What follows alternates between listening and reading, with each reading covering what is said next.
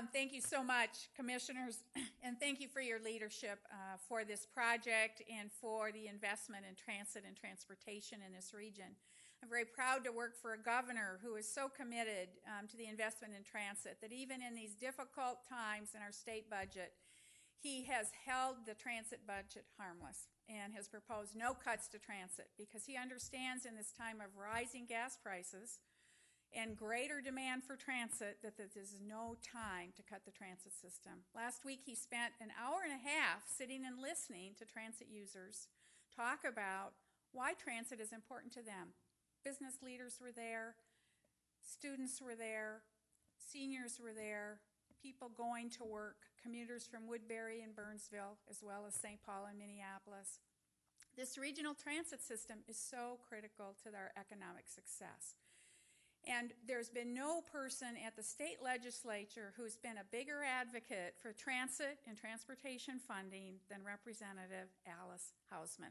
Alice, thank you so much.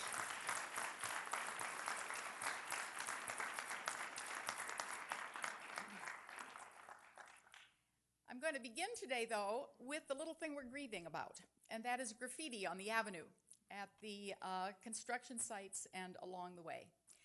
But in a sense, it's sort of symbolic to talk about graffiti because what we're talking about are some of the challenges, some of the things that didn't go so well. They aren't ultimately the things that are going to define us. And Commissioner Rettman and I are going to go right on fighting for that Grand Avenue because the negatives certainly don't define us.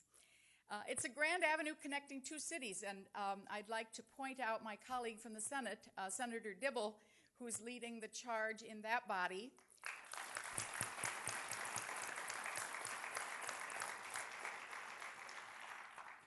And I can tell you that just as graffiti on the avenue, our work at the state legislature has certainly not been without its both ups and downs.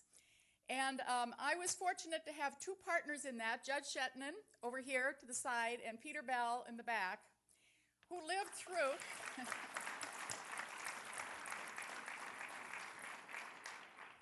they lived through some of those lower moments. Sometimes things got signed, sometimes they didn't. Sometimes we had a fight, we had to wait to fight another battle and wait for another day.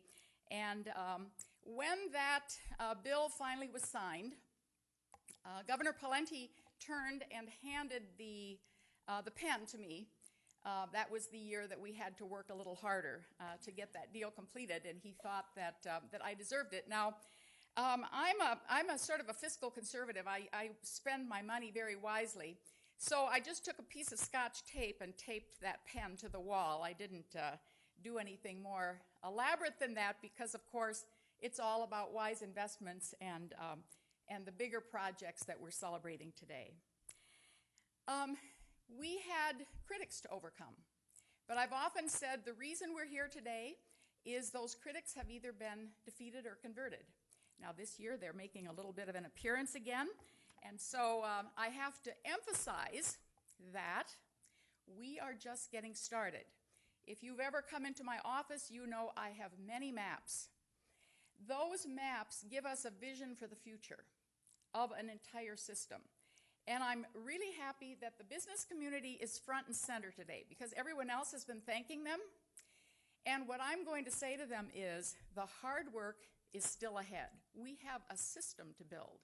This is a line that has to be connected to a system. And sometimes that system will even go a little bit outside of the metro area, hopefully someday to Chicago. But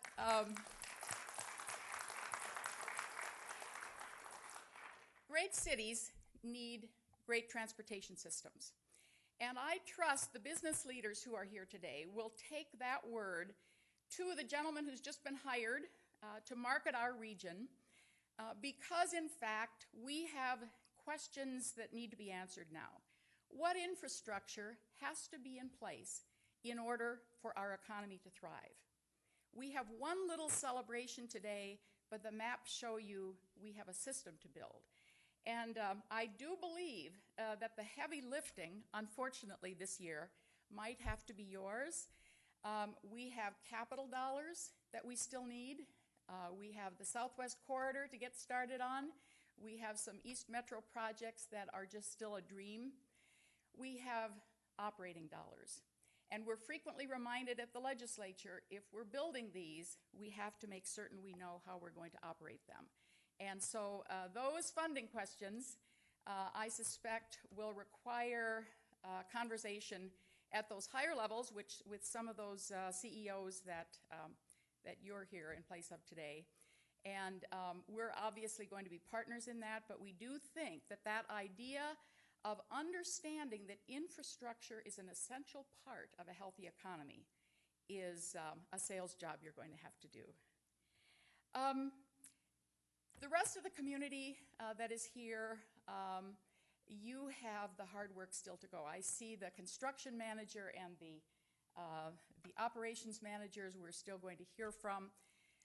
There is work to do. Today, we're pausing and celebrating.